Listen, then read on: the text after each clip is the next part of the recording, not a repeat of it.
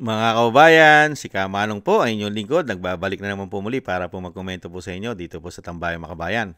Samahan niyo po inyong lingkod, magkomentuhan po tayo. Magandang umaga po muna sa inyo, tanghali, hapon, gabi at madaling araw po sa ating lahat. Sana po nasa mapayapa at maayos po tayong kalagayan, mga kababayan. Umpisa na po natin mga tambay. Ito po, sa una daw pong pagkakataon, totoo naman po mga tambay, ngayon lang po natin narinig na nagsalita po si Bongit at si Bangag na tinatawag ng kanyang ating na si Senadora Amy Marcos. At sinagot po ni Bongit ang kanyang kapatid na that is not my sister. Hindi daw po yun ang kanyang kapatid. Ibang klase ka, Bongit. Pakinggan po natin ang balita, mga kabayan, at komentohan po natin itong magkapatid. Sa unang pagkakataon, nagsalita na si Pangulong Bongbong Marcos laban sa kapatid niyang si Senator Amy Marcos. Live mula sa Malacanang, nangunguna sa balita si News 5 Palace correspondent Maricela Lili. Maricel, sinagot ba ng Pangulo ang mismong aligasyon ng kanyang kapatid?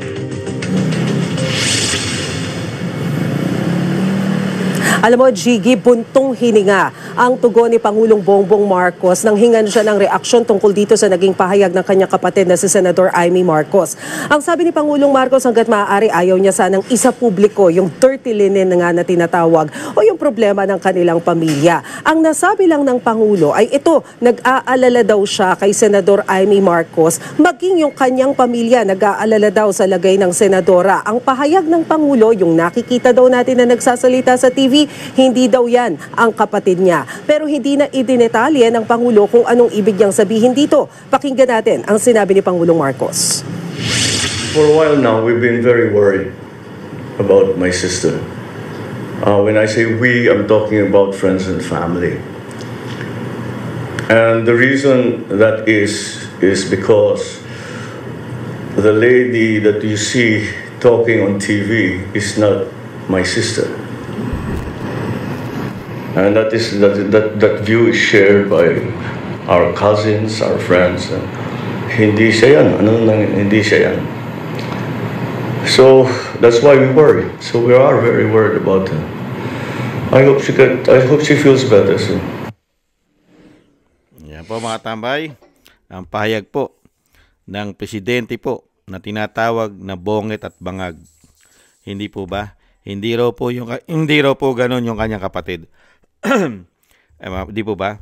Bakit hindi mo patunayan para po masabi mo na ang iyong kapatid ay sinungaling? Sinungaling ang kapatid mo. Lahat na ibinibintang ng kapatid mo ay pawang kasinungalingan lamang. At yung kapatid mo ay hindi mo na kapatid at sinisiraan ka na. Di ba? Para masabi mo. Bakit hindi mo patotohanan? Bakit hindi ka magpakuha ng buhok? Bakit hindi ka magpates? Naaawa sa iyong kapatid mo. Dahil hindi ka naman tumigil. Lumala ka pa raw dahil dumami pera mo.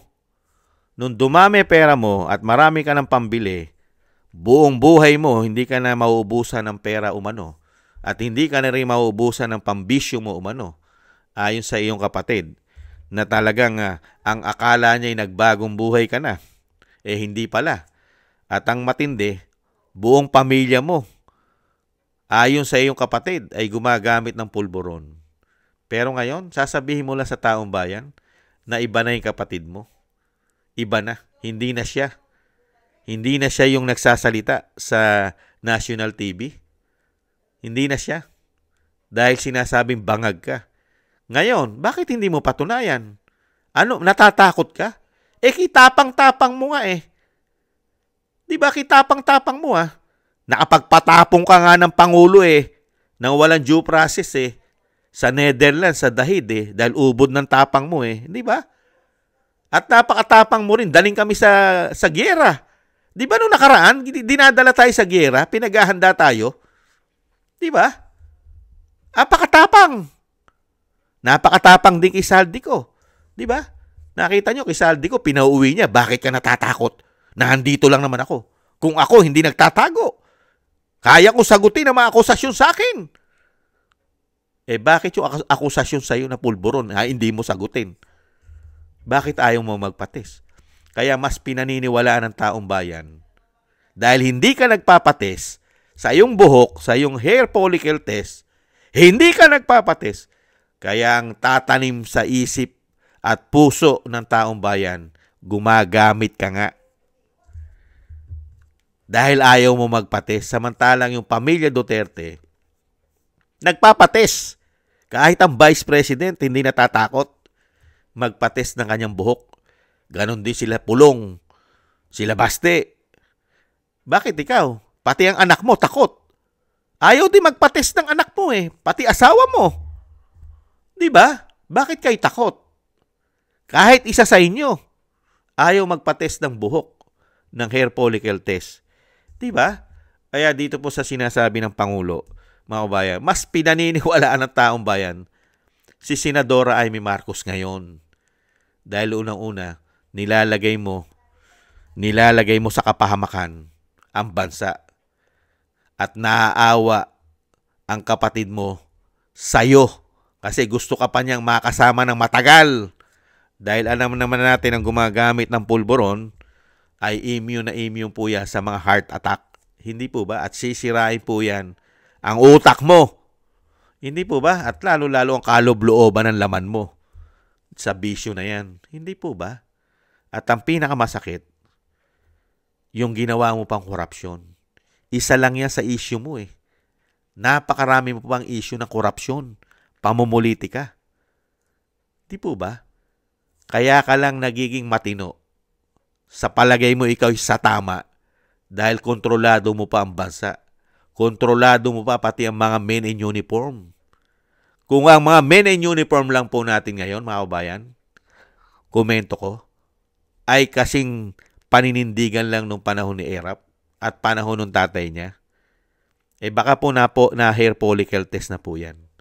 Kung ang mga militar lang po natin, ang mga men in uniform lang po natin, ay katulad lang po ng paninindigan nung panahon ni Erap na wetting lang ang issue, hinugot na nila sa Malacanang. Eto, napakaraming issue nito. Hindi lang po korupsyon. May pulburon pa. Pero wala pong humuhugot dyan. At wala pong nagpapates sa tao na yan, umano. Di po ba? Kaya po kontrolado niya eh. Ikaw ba naman hindi mo makukontrol lahat kung meron kang 2 billion a month na sinasabi ni Saldico? 2 billion a month? Ang inihingi mo? Paano mo hindi matatapalan lahat? Hindi mo mabubusalan? Baka mabubulag lahat. At wala pong makikita na ikaw ay gumagamit ng pulburon. At wala ring makikita sila na ikaw ay nagnanakaw umano. Hindi po ba? Kaya dito po mga tambay, wala po. Halatado po si Bongit at si Bangag. Dinadaan lang po tayo sa salita, pero ayaw niya pong patotohanan. Sa panahon po ngayon ay kailangan po para malinis mo ang pagkatao mo, dahil wala naman makapaglilinis ng iyong pagkatao kung hindi ang sarili mo rin. At ngayon, nakikita ng buong mundo at nakikita ng buong Pilipino, kasama po ang ating mga kababayan na mga OFW, nakikita nila na takot ka at may tinatago ka talaga, umano, dahil ayaw mo magpates. Yun lang yun. Dinadaan mo lang kami sa salita. Maglabas ka ng ebidensya mo para paniwalaan ka sa lahat na sinasabi mo, na lahat na nagbibintang sa'yo ay fake news. Fake news. Magpates ka na kasi, di ba? Magpates ka lang. At dun mo lang masasabi, pati ang kapatid mo ay fake news. Hindi po ba? Kaya lang, kahit putulan mo yata ng leg yan, kasi ang mga taong gumagamit, mga tambay, never po umamin yan. Never. Meron po ba umamin na magnanakaw na siya'y magnanakaw? Di pa ba wala? At wala rin po lalong umaamin na siya'y gumagamit ng pulburon. Di ba? Malalaman mo lang siya gumamit ng pulburon. Ano po ginagawa ng mga kapulisan pag hinuli ito? Di po ba pinatetes? Pinatetes? Wala naman po nagkusa. Wala naman po magkukusa na yan magpapulburon. Lalong-lalo kung gumagamit ka ng pulburon. Di po ba? Kaya nga pag hinuhuli ng NBI yan, di po ba tinetest para malaman kung gumagamit ka? Di po ba? Ikaw ba maniniwala sa isang pangulo? Sasabihin niya hindi siya gumagamit, hindi totoo yan, fake news yan. Hindi naman siya nagpapatest. Di po ba? Kaya nga po nakakalungkot Meron po tayong mga men in uniform. Yung kanilang commander-in-chief, ayaw po nila i-post na ito ipatest. Samantalang yung mga ordinaryong Pilipino, napakadali po nila ipatest. Di ba? Anytime na gustuhin nila. Kayang ipatest po ng NBI at ng PNP. At ng AFP. Kaya po nila. Tayo nga, di ba? Napakarami natin testing. Mag-apply tayo ng trabaho. Mag-apply tayo sa ibang bansa ng trabaho. Puro test Di ba? Napakarami natin pulburon test. Para malaman natin na talagang hindi tayo gumagamit. Malinis tayo. Pero itong Pangulo, kahit po pitpitin mo ang yag balls, putulan mo ng leeg, hindi po talaga yata magpapatest. Pero, pagka dinala mo naman sa urine test, okay siya. Okay po siya sa urine test, sa ihi. Pero ayaw na ayaw niya pong patulan pagdating na po sa buhok. Ayaw niya. Hanggang urine lang.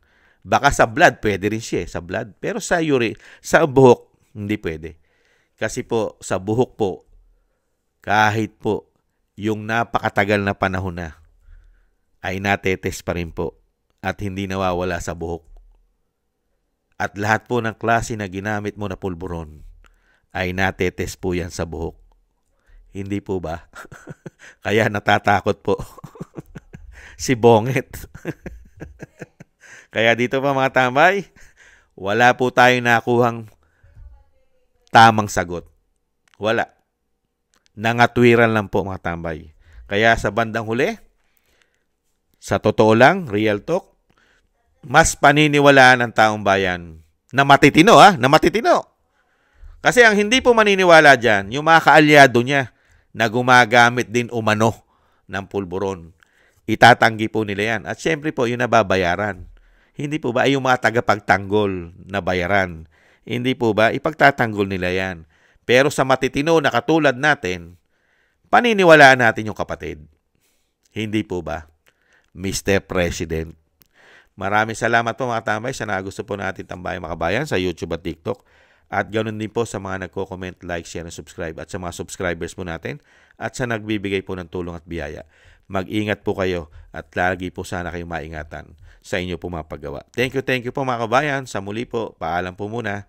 Bye-bye.